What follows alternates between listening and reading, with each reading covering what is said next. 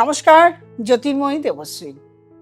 আজকে আপনাদের সামনে আলোচনা করব কৌশিকী অমাবস্যা নিয়ে। কৌশিকী অমাবস্যা নিয়ে আপনারা জানেন না এমন কোনো ব্যক্তি কিন্তু নেই। তা সত্ত্বেও কিছু কিছু ঘটনা, কিছু কিছু প্রেক্ষাপট, কিছু কিছু ইতিহাস যেগুলো বলতে আমার ভালো লাগে এবং তাৎপর্য গুরুত্ব প্রচণ্ড পরিমাণে আছে। ব্রহ্মার আশীর্বাদে শুম্ভ এবং নৃশুম্ভ নামে যে অসুর আশীর্বাদ পেল, তারপরে কি শুরু করে দিল? স্বর্গ রাজ্যে দেবতাদের একদম অত্যাচার শুরু করে দিল। যে অত্যাচার স্বর্গ রাজ্যের ত্রিলোকে তারা টিকতে পারছিল না। তারা তখন কি করলো? দেবী পার্বতীর কাছে আবারও গেল। আবারও কেন বললাম? যেহেতু দেবী পার্বতী একবার আমরা জানি যে অসুর বধ করেছিল, সেই জন্য আবারও কথাটা এলো। দেবী তার পার্বতীর কাছে আবারও সব দেবতা গেল, গিয়ে প্রত্যেকে প্রার্থনা করলো যেন দেবী পার্বতী আবারও এদেরকে শুম্ভ নিশুম্ভর হাত থেকে বাঁচান। তখন দেবী পার্বতী কি করলেন? নিজের কোষ থেকে, দেহ কোষ থেকে ভয়ঙ্কর এক দেবীর আবির্ভাব করালেন।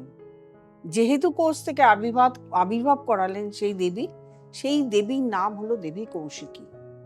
এই কৌশিকী দেবী কি করলেন? এই যে একটা অন্ধকার নেগেটিভ জিনিস যেটা সৃষ্টি করেছিল শুম্ভ নিশুম্ভ, তাদেরকে বধ করে আবার একটা পজিটিভ এবং একটা সুন্দর আলো, অন্ধকার থেকে আলোকে নিয়ে এলো। সেই জন্য এই কৌশিকী অমাবস্যা শুধু যে কৌশিকী দেবী কৌশিকীর অমাবস্যা তা নয়, এটাকে আলোক অমাবস্যা বলা হয়। কি কারণে বলা হয়?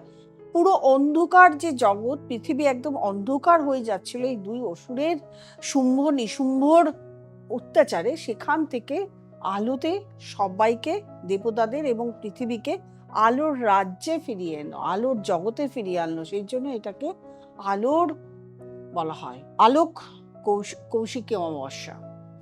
এই কৌশিকী অমাবস্যায় তান্ত্রিকদের বা যারা তন্ত্রক্রিয়া করেন তাদের কিন্তু খুব গুরুত্বপূর্ণ একটা প্রয়োগ থাকে।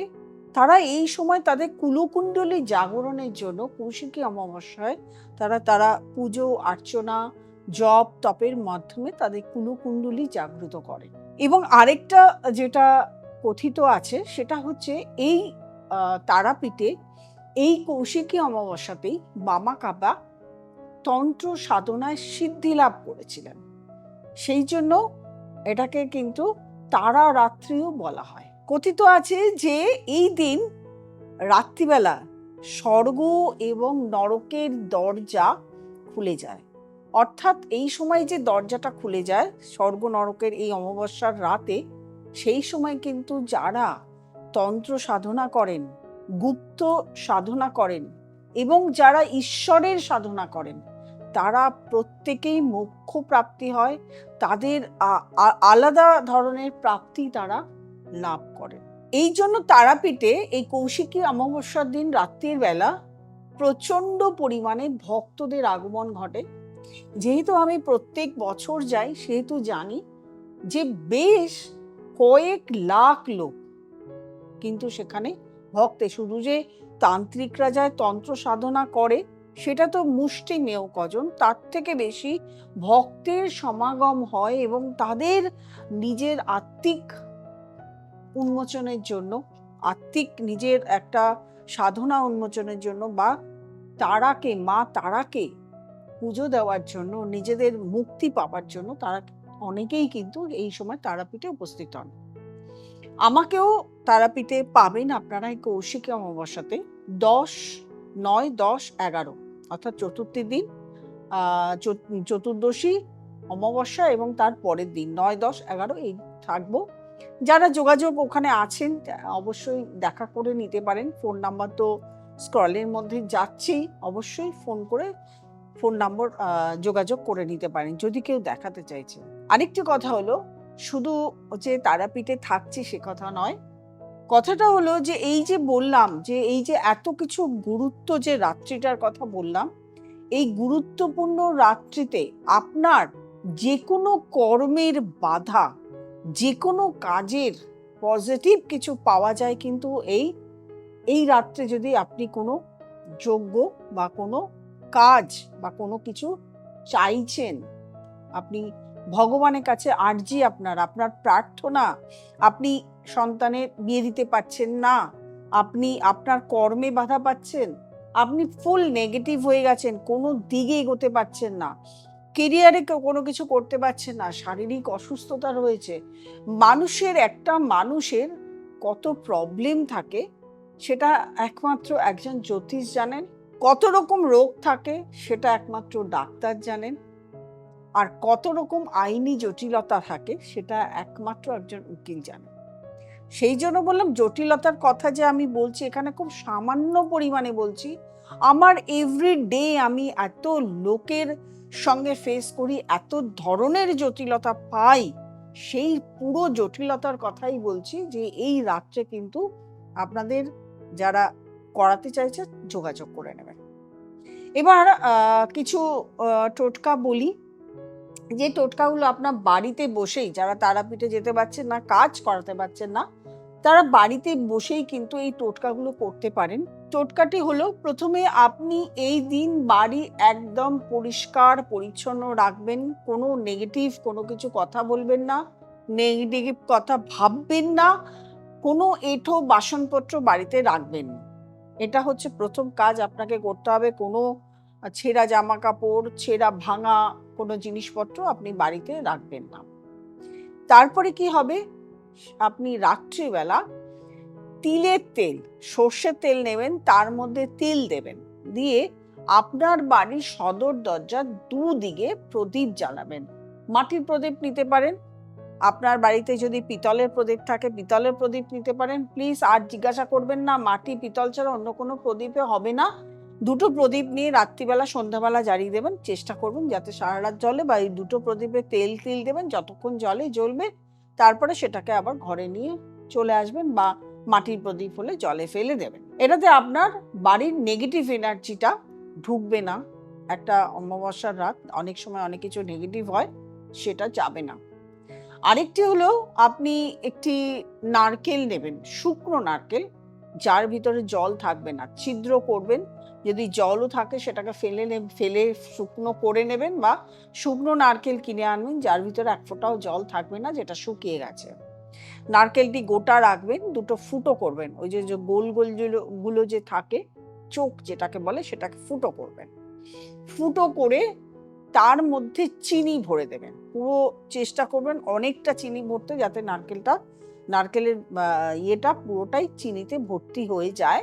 এবং তারপরে সেটাকে কি করবেন, আপনি একদম দূরে, যেখানে কেউ দেখতে পাচ্ছে না আপনি কাজটা করছেন, সেই রকম জায়গায় যাবেন, ফাঁকা জায়গায় যাবেন, বা অন্ধকারে করবেন, বা যেখানেই করবেন লোকে যেন দেখতে না পায়, মাটিতে পুঁতে দেবেন। তবে ওই ফুটো দুটো উপরের দিকে রাখবেন, একদম ফাঁকা রাখবেন ওইটা, যাতে ওটা কোনো পিঁপড়ে বা কোনো পোকা বা কোনো পাখি বা কাক যে কেউ ওটাকে খেতে পারে, ঠুকরে খেতে পারে, সেই জন্য উপরের দিকে রেখে দেবেন। এটা করলে আপনার জীবনের যত বাধা আছে, আপনার জীবনের যত সমস্যা আছে, সেটা কিন্তু মিটতে থাকবে। আরেকটা প্রসেস বলি, রাহু বা কেতু, এই সমস্যা, রাহু এবং কেতুর সমস্যা নিয়ে বহু লোকে ভোগেন না এমন কোনো লোক কমই আছে। তাদের সমস্যার জন্য মাছের গুলি, আটার গুলি করবেন, মাছকে খাওয়াবেন, আটা মেখে ছোট ছোট গুলি তৈরি করবেন। এবং এই অমাবস্যার রাতে, যদি সম্ভব না হয় অমাবস্যা যতটা সময় থাকবে, কারণ লাগবে হয়তো সকাল 10:18 ছাড়বে, পরের দিন হয়তো সকাল 8টা কত মিনিটে ছাড়বে, এই যে এই সময়টুকুর মধ্যে চেষ্টা করবেন আটার গুলি গিয়ে মাছকে খাওয়াতে, তাহলে দেখবেন আপনার রাহু এবং কেতুর সমস্যা মিটে গেছে। মা তারার পুজো অবশ্যই করবেন। যদি আপনি তারাপীঠে গিয়ে না করতে পারেন, ঘরে তো অনেকেরই মা তারার পুজো থাকে, বা আপনার আরাধ্য যে দেবী আছেন তার পুজো করবেন। মা তারার পুজো করতে গেলে অবশ্যই 5টা ফল, 5 রকমের মিষ্টি, এবং লাল জবা ফুলের মালা, বেলপাতা, এগুলো তো লাগেই। এগুলো নিজের মতন করে পুজো করতে পারেন। বা আপনার ঘরে যদি কোনো রকমের ব্রাহ্মণ মানে আপনার যদি যোগাযোগ থাকে কোনো ব্রাহ্মণকে দিয়ে, তারও কিন্তু পুজো করতে পারেন। এবং তার সঙ্গে আপনি যদি শৈব মন্ত্র দীক্ষিত হন, অবশ্যই বীজ মন্ত্র পাঠ করবেন। যদি শৈব মন্ত্রে নাও হন, আপনি যে মতে, বৈষ্ণব মত হোক, যে মতেই হোক, আপনি যে গুরু যে মন্ত্র দিয়েছেন সেই মন্ত্র পাঠ অবশ্যই করবেন। তাছাড়া যে গুরু মন্ত্র পাঠ করেননি তারা শিবের মন্ত্র পাঠ করতে পারেন, যে দেবীকে আপনি পছন্দ করেন, মা লক্ষ্মী হোক, তারা হোক, সরস্বতী হোক, সেই মন্ত্র অবশ্যই পাঠ করবেন। এইটা করে আপনি অমাবস্যার দিন রাতে নিজের ভালো তো অবশ্যই করবেন। এবং যারা কোনো জ্যোতিষের কাছে গেছেন, জ্যোতিষ পরামর্শ নিয়েছেন, কোনো রেমেডি নিয়েছেন, যেমন আমার কাছে এলে আমি যেরকম রেমেডি দিই তার সঙ্গে মন্ত্র দিই। যারা আমার কাছে এসছেন, যারা আমার প্রোগ্রাম দেখছেন, তাদেরকে বলছি আমি যে মন্ত্রগুলো দিয়েছি এই মন্ত্রগুলো আজকের দিনে চেষ্টা করবেন 108 বার সেটা পড়তে।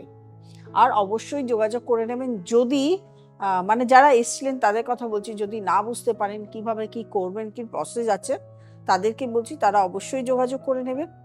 আর যারা দেখাতে চাইছেন, যারা কাজ করাতে চাইছেন, যারা তারাপীঠে কাজ করাতে চাইছেন, তারাও অবশ্য যোগাযোগ করে নিতে পারেন এই নিচে যে স্কল যাচ্ছে সেই নাম্বারে। আর যারা, আমি বারবার করে বলে দিচ্ছি, 9, 10, 11 সেপ্টেম্বর মাসের 9, 10, 11 এই 3 দিন থাকবো। যারা আমার সঙ্গে চাইছেন যোগাযোগ করে নিতে পারেন। তারাপীঠে এসে আপনি আমার সঙ্গে দেখাও করতে পারেন। যদি কনসালটেশন করাতে চান, কনসালটেশনও করে নিতে পারেন। তবে অনেক সময় দেখা যায় ফোনে পাওয়া যায় না, কারণ সেই সময় জ্যামারটা বসানো থাকে। পুরো অমাবস্যার দিন পুরোটাই জ্যামার বসানো থাকে, ফোনে কন্ট্যাক্ট করা অসুবিধা হয়।